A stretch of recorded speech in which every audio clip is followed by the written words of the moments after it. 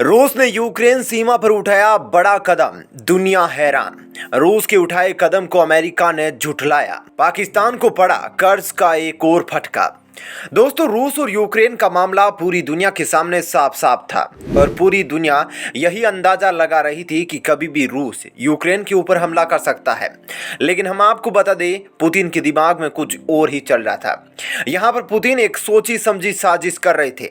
बहुत लोगों को यह लग रहा होगा कि 1 लाख सैनिक रूस ने यूक्रेन सीमा पर उतार दिए, लेकिन असल में वे सैनिक वहां यूक्रेन के लिए नहीं उतारे गए थे, बल्कि ये सैनिक यहां पर अमेरिका के लिए उतारे गए थे। आपको बता दें, यहां पर रूस के सैनिक यूक्रेन को अपनी ताकत नहीं दिखा रहे थे, बल्कि अपनी ताकत अमेरिका को दिखा रहे थे। यहां पर पुतिन एक बहुत ही बड़ी साजिश रच रहे थे अमेरिका के खिलाफ, और इसका अंदाजा कोई और देश नहीं लगा पाया। अभी हाल ही में खबर आई थी जिसमें अमेरिका ने अपनी तरफ से यह दावा कर दिया था कि रूस यूक्रेन के ऊपर 16 फरवरी को हमला कर देगा, जिसके बाद पूरी दुनिया में ऐसा कयास लगाया जा रहा था कि यह सच हो सकता है। लेकिन वहीं यूक्रेन ने साफ साफ अमेरिका से पूछ लिया कि आपको यह जानकारी कहां से प्राप्त हुई, इसका प्रमाण हमें दीजिए।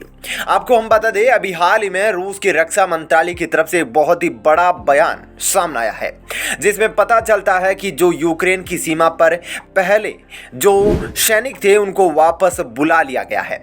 यह बयान काफी बड़ा है और इस बात से यह अंदाजा लग जाता है कि यहां पर यूक्रेन पूरी तरीके से सुरक्षित है, और यह बात अच्छे से साबित हो जाती है कि यहां पर रूस यूक्रेन के ऊपर हमला नहीं करेगा। एक समाचार एजेंसी के मुताबिक रूसी रक्षा मंत्रालय के प्रवक्ता ने कहा कि दक्षिणी और पश्चिमी सैन्य जिलों की इकाइयों ने अपना काम पूरा कर लिया है। वे पहले से ही अपने वाहनों के सामान को रख रहे थे और आज उन्होंने चौकियों में वापस लौटना शुरू कर दिया है, और यहां पर सेना की टुकड़ियों का वापस लौटना रूस की तरफ से देखा जा रहा है, और यहां पर तनाव रूस भी कम करने की कोशिश कर रहा है। आपको हम बता दें, कुछ विशेषज्ञों का यह मानना है कि यहां पर यह खबर जब अमेरिका के कानों में जाएगी तो सबसे बड़ा झटका अमेरिका को ही लगेगा, क्योंकि यहां पर अमेरिका अपने फायदे के लिए रूस और यूक्रेन में लड़ाई करवाना चाहता था। लेकिन रूस की तरफ से उठाए इस कदम से यह बात तो साबित हो गई कि यहां पर अब रूस और यूक्रेन में युद्ध नहीं होगा, क्योंकि यहां पर रूस वापस से पीछे की तरफ चला गया है और अमेरिका की सोची समझी साजिश यहां पर नाकाम हो गई है। आपको हम बता दें, यहां पर अमेरिका रूस और यूक्रेन को इसीलिए लड़ाना चाहता था क्योंकि यहां पर सीधा सीधा तेल और हथियारों का जो फायदा था वह अमेरिका उठाना चाहता था। जैसा कि आपको पता भी होगा, पूरा यूरोप रूस की गैस और तेल सप्लाई पर निर्भर करता है।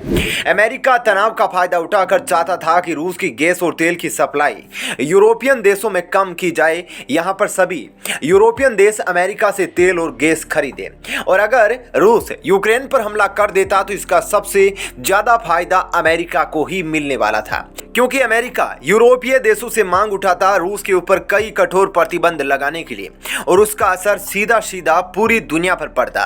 और एक बार रूस युद्ध में उलझ जाता तो वह भी आर्थिक रूप से कमजोर हो जाता, और एक युद्ध किसी भी देश को कई साल पीछे धकेल देता है। इसलिए यहां पर पुतिन ने होशियारी से काम लिया और अपनी सेना को पीछे बुला लिया। यहां पर इस विषय में आपकी क्या राय है, आप हमें नीचे कमेंट बॉक्स में लिखकर बता सकते हैं।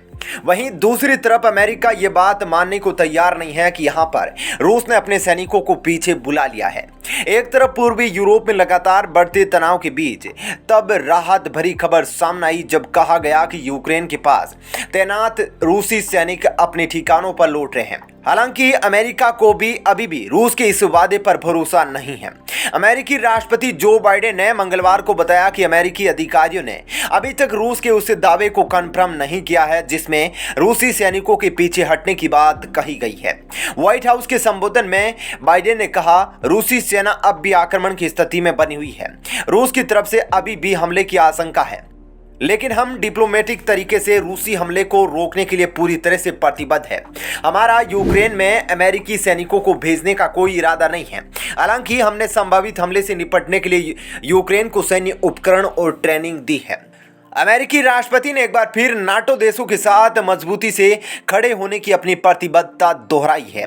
बाइडेन ने कहा कि अमेरिका नाटो के इलाकों में मौजूद एक एक इंच जमीन की रक्षा पूरी ताकत के साथ करेगा। एक नाटो देश के खिलाफ हमला हम सभी के खिलाफ हमला है।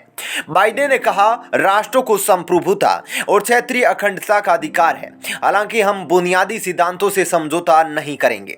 रूस को अमेरिका, नाटो और यूक्रेन धमकी नहीं दे रहे हैं। आप हमारे दुश्मन नहीं हैं और मुझे भरोसा है कि आप भी यूक्रेन के खिलाफ विनाशकारी युद्ध नहीं चाहते हैं। तनाव को कम करने के लिए अमेरिकी विदेश मंत्री एंटनी ब्लिंकन ने भी मंगलवार को रूसी विदेश मंत्री सरगेई लावरोव से बात की। दोनों विदेश मंत्रियों ने एक फिर डिप्लोमेटिक तरीके से इस संकट के समाधान की बात दोहराई है।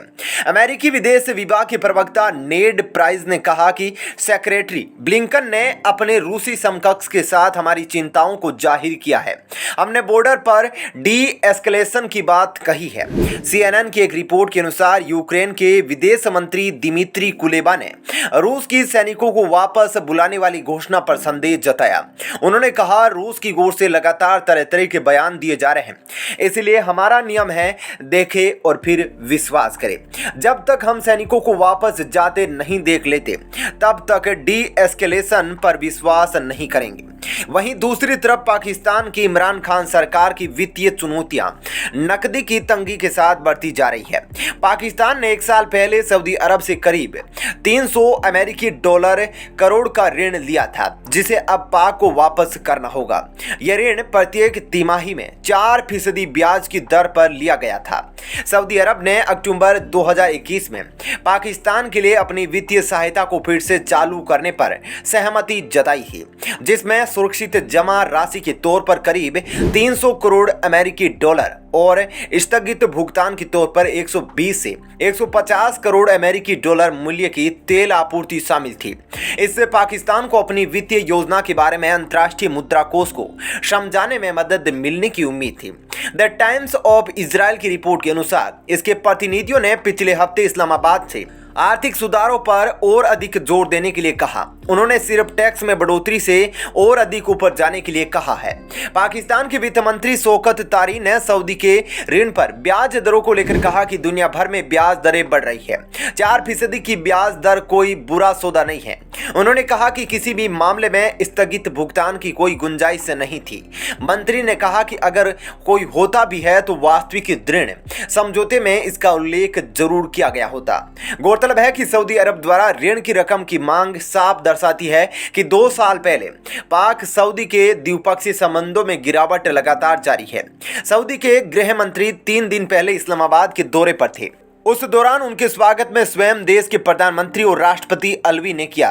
द टाइम्स ऑफ इजराइल के अनुसार दौरे के दौरान सभी पाक नेताओं ने सऊदी के समर्थन में भरपूर प्रशंसा की थी। दरअसल पिछले दिनों पाकिस्तान के विदेश मंत्री शाह महमूद कुरैशी ने मांग रखी थी कि रियाद कश्मीर विवाद पर भारत के साथ चर्चा के लिए एक OIC बैठक बुलाए, लेकिन इस दौरान कुरैशी ने सऊदी और अन्य खाड़ी देशों पर मुद्दे पर चुप रहने का आरोप लगाया। साथ ही कहा कि वो भारत के साथ आर्थिक संबंधों को अधिक महत्व देते हैं। पाकिस्तानी विदेश मंत्री द्वारा इस तरह की बयानबाजी ने सऊदी और संयुक्त अरब अमीरात को नाराज कर दिया। अब दोनों देशों ने लंबी अवधि के लिए पाकिस्तान को दिए गए ऋणों को वापस मांगा है। साथ ही स्थगित भुगतान पर ईंधन की रियायती बिक्री की भी वापस ले लिया है। द टाइम्स ऑफ इजराइल की रिपोर्ट के अनुसार पाकिस्तान और तुर्की के बीच नजदीकियां बढ़ने के कारण खाड़ी राष्ट्र पाकिस्तान से चिढ़ गए हैं। तुर्की इस्लामिक देशों की राजनीति में दोनों देशों का प्रतिद्वंदी है। यहाँ पर आपको क्या लगता है, क्या सच में रूस ने अपने सैनिक यूक्रेन की सीमा से पीछे हटा लिए? आप अपनी राय हमें नीचे कमेंट बॉक्स में लिखकर बता सकते हैं।